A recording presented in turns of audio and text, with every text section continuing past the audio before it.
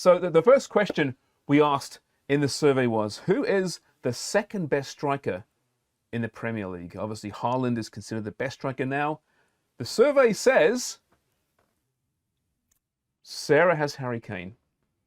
Conceding a lot, but they're making up for it by scoring just as many goals or more, in fact, more, of course, to win these games. Yeah, no, they do well to put the ball in the back of the net. But when you look at their goal scorers, their leading goal scorer is Romel Kyoto. Sometimes people ask me, what exactly is Room 442? So I tell them, it's a place for friends to meet to talk some footy. I'm so With sick you, of the it's Ronaldo. Spain, Barcelona, What's or going on nothing with else. I Portugal? can't What's stand going it on with anymore. Manchester I'm sick United? of it. Room 442. I don't understand. I don't know, They've man. given him everything. He has say on managers and players and who knows what. They basically gave him the key to Paris.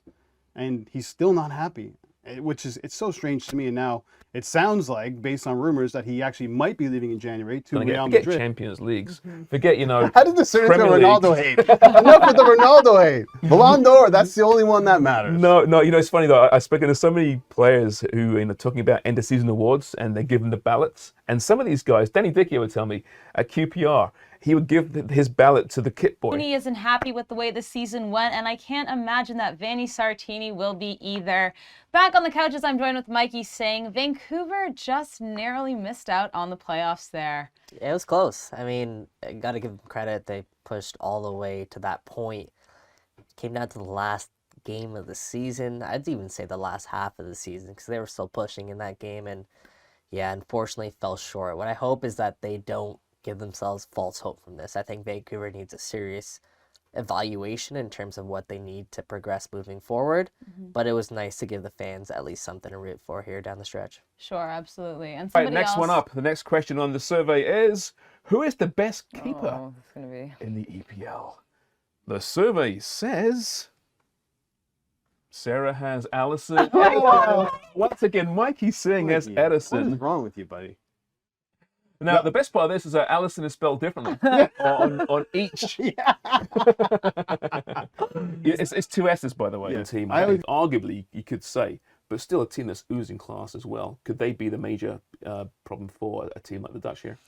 If we're looking at this group just by the team and who the players for each team, it should be the Netherlands. Mikey's right.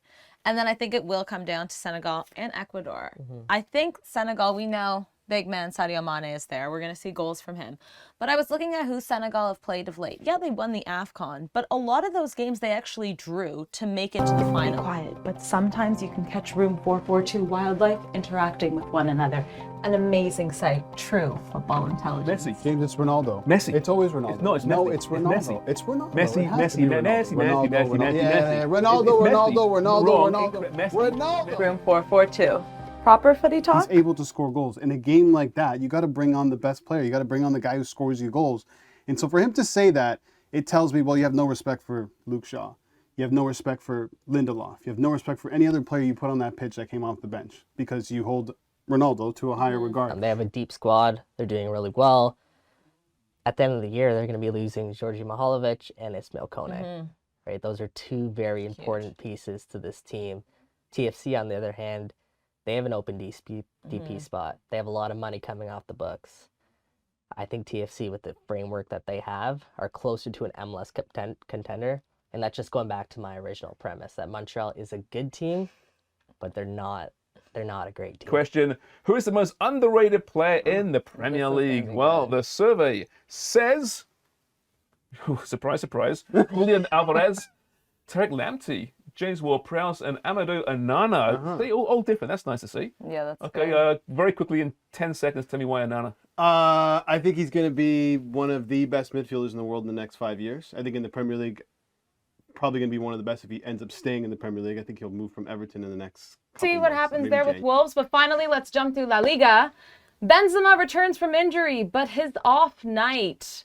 Penalty missed show Real aren't infallible. Oh, they still haven't lost. They haven't Right. lost, but, that was a really, really poor penalty from Benz. It's meant to happen. To be honest, he had a great game, but you're tying Osasuna. It's a mid-table team. Right. And guess who now are top of the league? That was fun. Yeah. We'll do it again. Yeah. All right. We're back tomorrow. I mentioned the round table. We have that, of course, as well as Premier League rapid fire. So a Nice. busy one on Friday. Cheers very much for watching.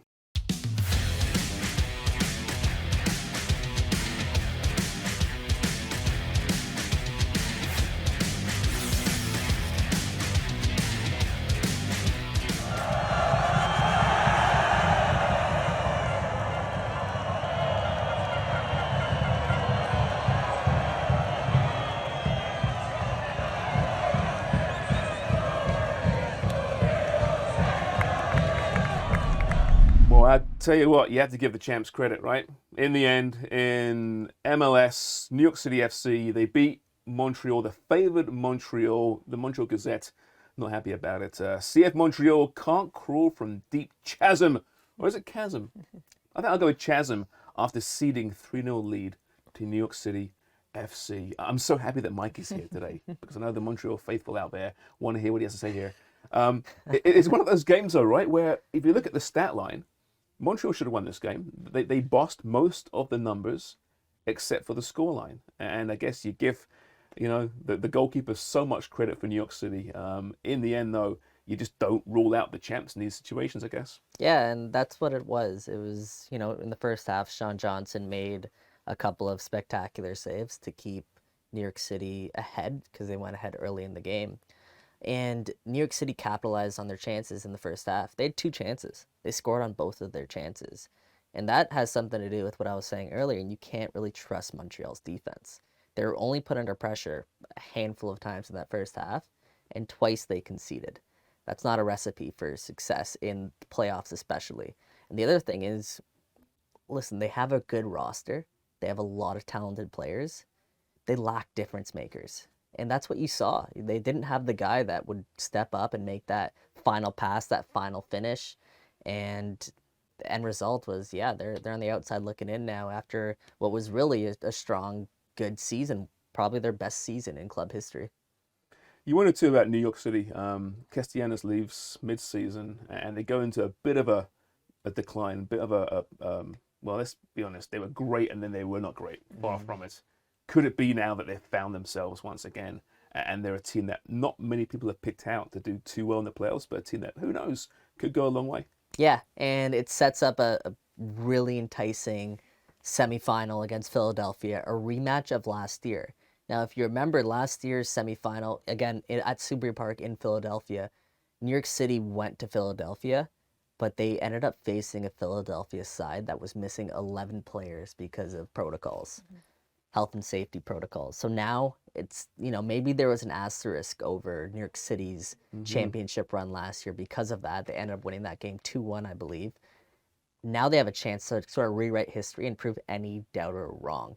As you mentioned, halfway through the year, they lost Ronnie Dyla. They lost Tati Castellanos. Everyone's essentially writing this New York City FC team off. The results, they justified why people should write them off. But they still have guys like Sean Johnson, Maxi Morales, everyone, all their veterans, they're stepping up right now for New York City FC. They have the experience, and I think they're clicking at the right time, and they could be a threat to go all the way here. And now for a really big offseason for Montreal, just huge. Mihailovic leaving, of course. Kone's probably leaving. You wonder what the Canadian boys for Miller and Johnston, if they have a good World Cup, what happens to them as well. If you're Montreal, this may not be the start of something. It could be the start of potentially a rebuild this offseason.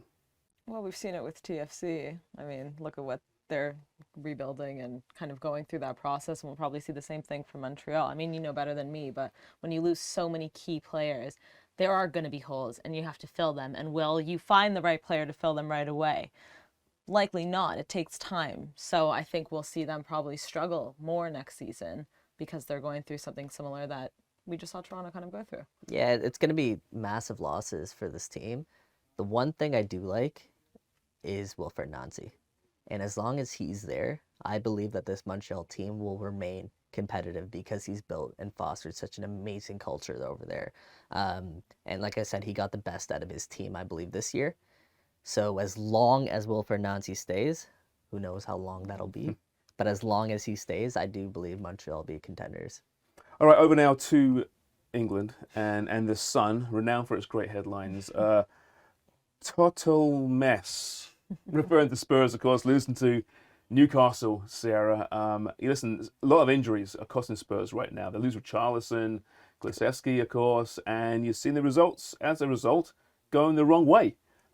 This table is crazy so far this year, but I guess we must give Newcastle a lot of credit as well. Yeah, I had them to actually win this game. I felt like, I don't know, they've been doing really well.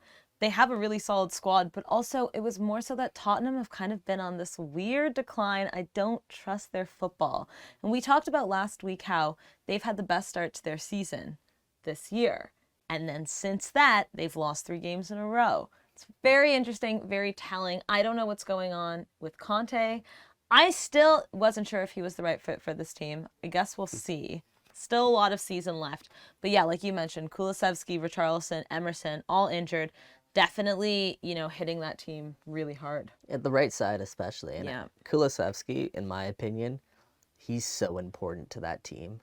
He's one of their best players. And when he's out, I think that team's missing a certain dimension coming off that right wing that he just adds. And I think we're seeing that. But we also have to remember, okay, they're going through this little rut here. They're still, third in the table. They're still top of their table in the Champions League. I don't think it's time to Panic, sound any I think you're right sirens there. just yet. But on the other hand, Newcastle, I mean, they look like a team that Top 4 right now. against any team that they're playing, they look like they're in the game. And what a difference a year has made for Newcastle. If you think about where they were like a season ago at this time, shambles, but they went through this renaissance, let's call it. And now they've turned back the clock and look like the Newcastle of old, which I think for the Premier League as a whole, I think it's great to see. Yeah. It seems every time we mention Newcastle doing well, we feel we have to mention off the field and the ownership group and that controversy, right? But that's for another show. Okay, let's give him credit. On the field, Eddie has done a great job there. He really has. And top 4. And who knows? The apple cart has been upset. And the big boys don't like Newcastle and all the money because they'll spend again in January. And looking pretty good right now. So that's fascinating. Nottingham Forest, Liverpool. This happened. Cook, lovely touch. Lovely ball. And it's in by Awoni. You give me a lot of credit. Listen, I mean, good for Forest. This is a game that back in the 70s and 80s, when I first discovered football, was the big match. And, Forest have had such a tough year so far, Sarah, but they've just found a way to get at Liverpool, who were building momentum, beat Man City last week. Now lose to Forest. It just shows how great this league is at the moment. It's so unpredictable. It's great though, isn't it? Week in and week out, we think that these, matchups that are looking pretty one-sided, you watch them and it shows to be the complete opposite. Like Nottingham, don't get me wrong, I still think they're going to be struggling this season. Will we see them get relegated? I don't know. But to beat Liverpool, it's great for the team. Jesse Lingard finally has something, it's good for them, but I don't think we will see them do well this season overall. Yeah, what's that headline, James? Yeah. Oh, I was trying to avoid that one. Nottingham Forest believe they can beat anyone after defeating Liverpool.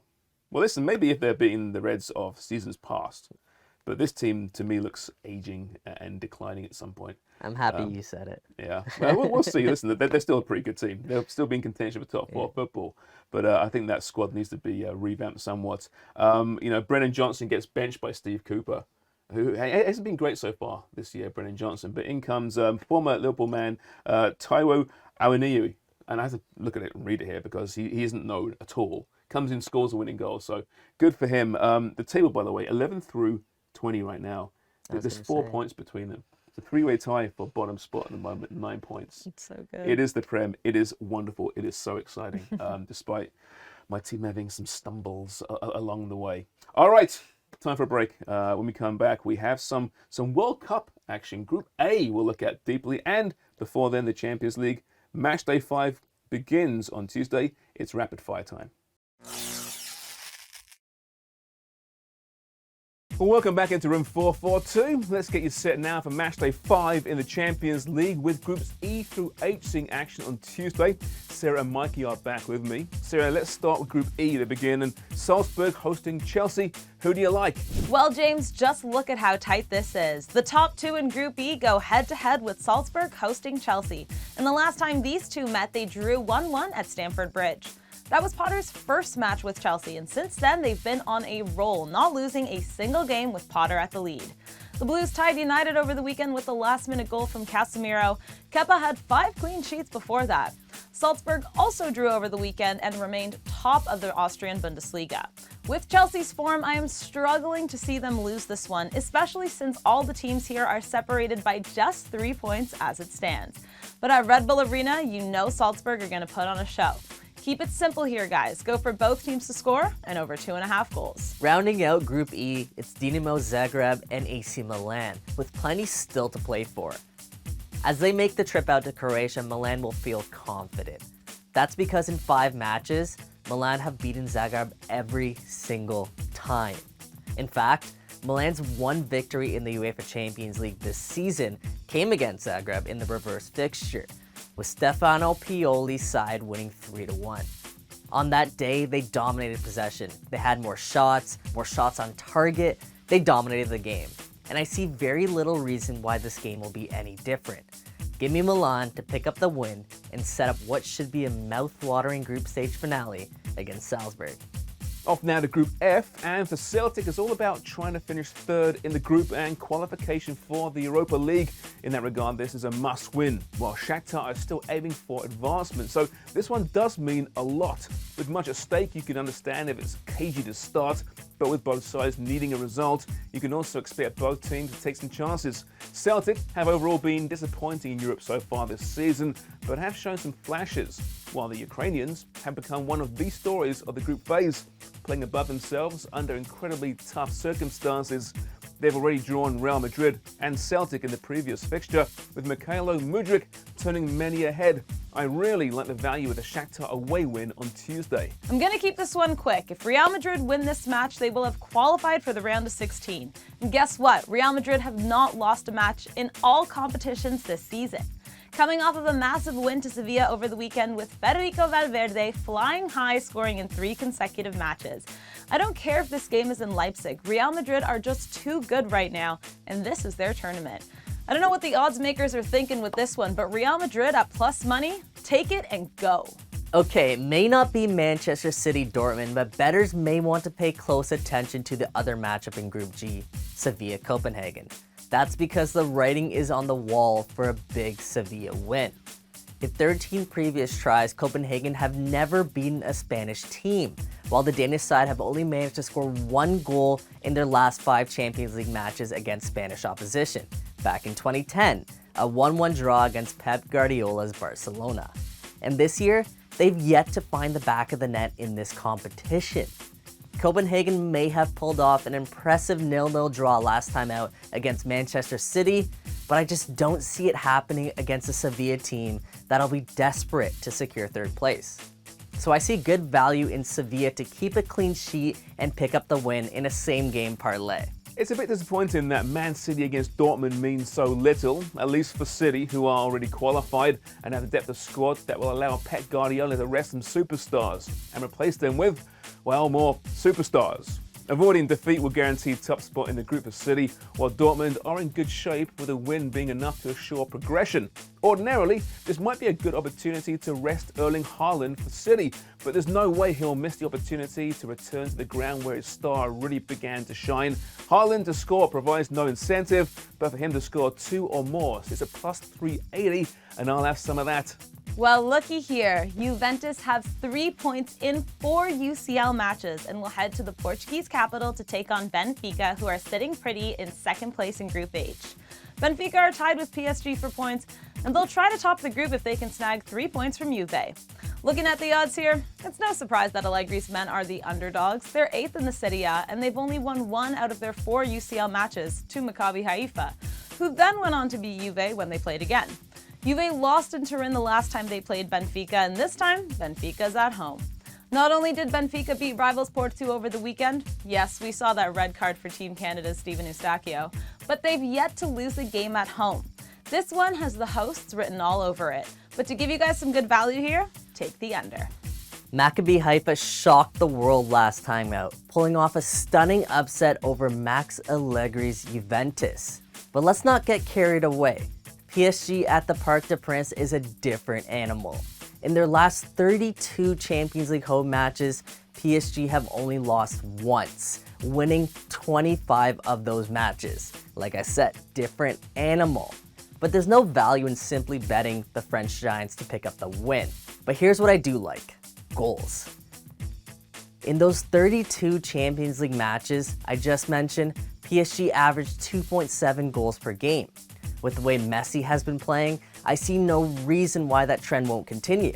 On the other hand, PSG struggled to keep the ball out of the back of their net, conceding in 5 straight games and 9 of their last 10. Plus, Maccabi Haifa have shown they can score. So how about over 3.5 goals in both teams to score? All right, it's time for a break. More on the other side. World Cup Group A features the Netherlands, Senegal, Ecuador, and hosts Qatar. Lou van Gaal's Netherlands side are a highly rated team with a clear path to the knockout rounds. The Dutch finished top of a tough group that featured Turkey and Erling Haaland's Norway. Players to watch include Barcelona's Frankie de Jong and Memphis Depay, and Liverpool's Virgil van Dijk. And at -200, the Netherlands are favourites to top the Group A. Senegal are the 2021 AFCON title winners and arguably the best African side. Aliou Cissé's team remained unbeaten throughout the CAF group stage and then defeated Mo Salah's Egypt in the playoffs.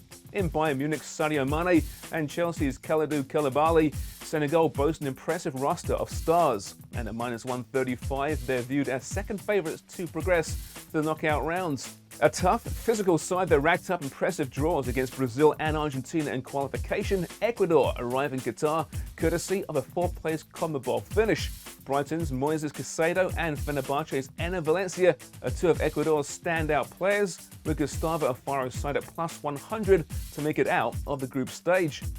And finally, although Qatar may be the lowest ranked side in the tournament, they still managed to claw their way from 113th to 50th in the FIFA rankings since being awarded the World Cup back in 2010. Qualifying as a host nation, Qatar's star player is Sudan-born Omar Ali, who won the Golden Boot at the 2019 Asian Cup and the CONCACAF Gold Cup. At +425, Qatar would need to pull off some pretty spectacular results to progress in the competition. I'll tell you what, Group A I find really interesting. These are 4 teams. One stands out. We know who they are. They wear orange, of course.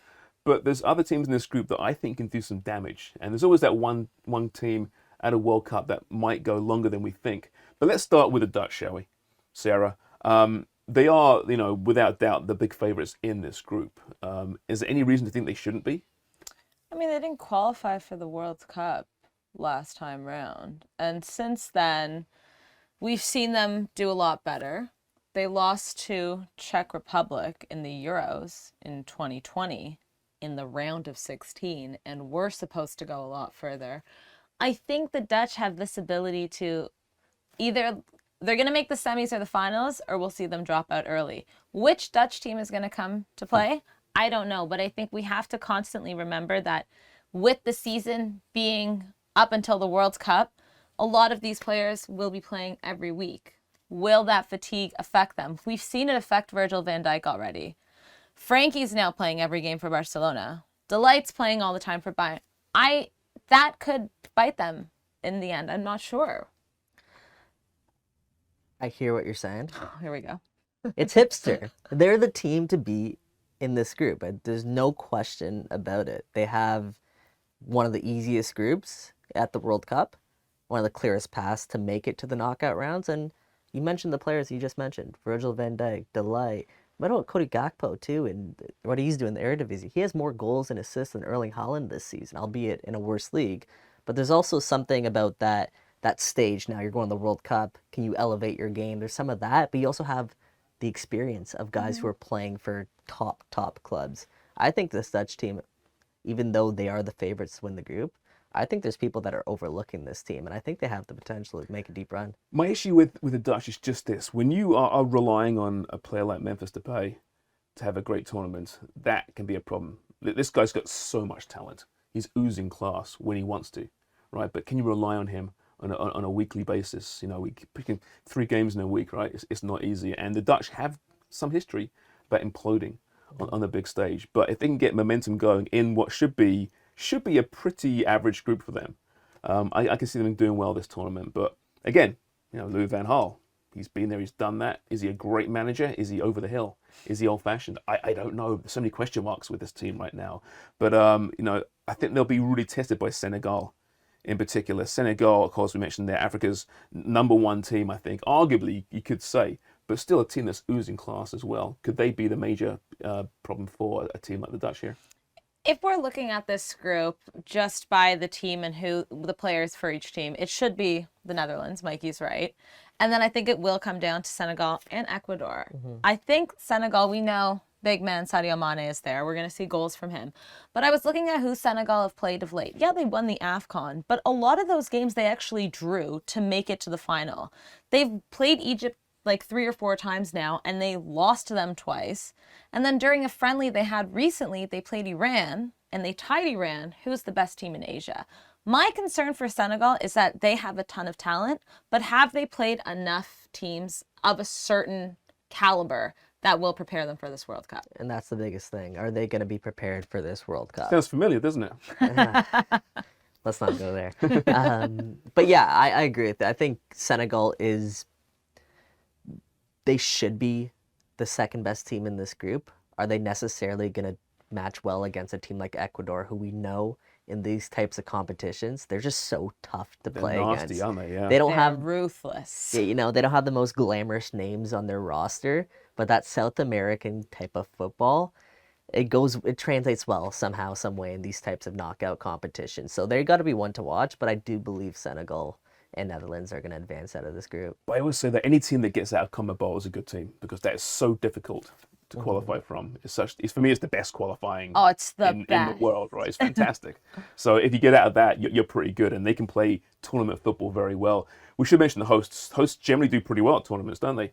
Qatar, though, we saw them against Canada, and I think they let us all down. They were appallingly bad, but then they were very good at the Gold Cup, right? A couple of years ago now. So what are we getting with Qatar? Have they got a hope here? Are they just going to hope that the home team will be the big riding force here? They're the worst team at the World Cup. Well, it was ranking team, right? So. The way that they showed out against Canada was against Canada, who's one of the worst teams at the World Cup.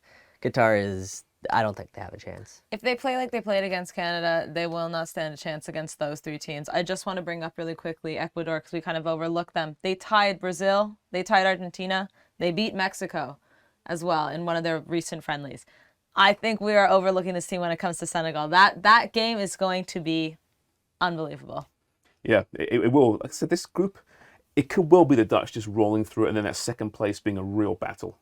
But yeah, out of all the groups, this one is tough to predict. But I have to say, I'm thinking Senegal in second place behind the Dutch. What are you saying? Give me a prediction. Oh, okay. Just because I want to switch it up because I know you're going to say the same thing. I'll go the Dutch and Ecuador. Okay. Yeah, and I'm with you, James. I got Netherlands breezing through and Senegal in second. So you can back in here, Qatar advancing in second place for sure. Hey, listen, never rule out the host nation. That is Group A. Group B will be up next. Anyway, we're out of time, guys. That was fun. Our first delve into the World Cup. It's going to be a fun few weeks. And you mentioned there before the preparation between the seasons ending and the tournament beginning, like 5-6 days. Usually this camp's already at this point, right? I know Canada has a camp pretty early compared to a lot of teams, with the MLS players in particular. But it's just going to be a crazy year, and injuries will be so important. And enjoy the next few weeks of league action, because I won't be. Just terrified that Canadian players and English players will be getting hurt. But it should be good. As I said before, tomorrow, Tuesday, it's Group B. Have a great one, and cheers for watching.